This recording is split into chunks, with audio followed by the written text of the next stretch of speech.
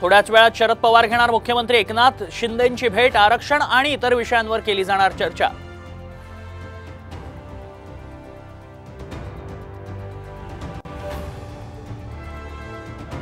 मुख्यमंत्री एकनाथ शिंदे आणि राज ठाकरेंमध्ये वर्षावर खलबत, पुण्यातील पूरस्थिती, कायदा सुव्यवस्थेवर चर्चा।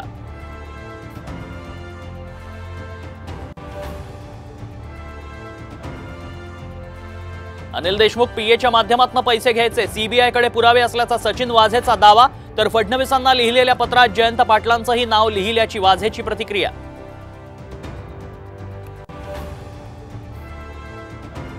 उपमुख्यमंत्री देवेंद्र फडणवीसांची संघ कार्यालयाला भेट, भेटीबाबत राजकीय वर्तुळात चर्चा।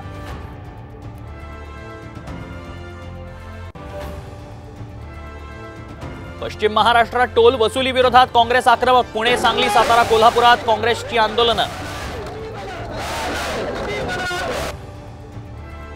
पुण्यातील पोर्श कार अपघात प्रकरणातील अल्पवयीन आरोपीच्या मित्रांचेही रक्त नमुने बदलले, अल्कोहोलिक कापसाऐवजी दुसराच कापूस वापरल्याची माहिती।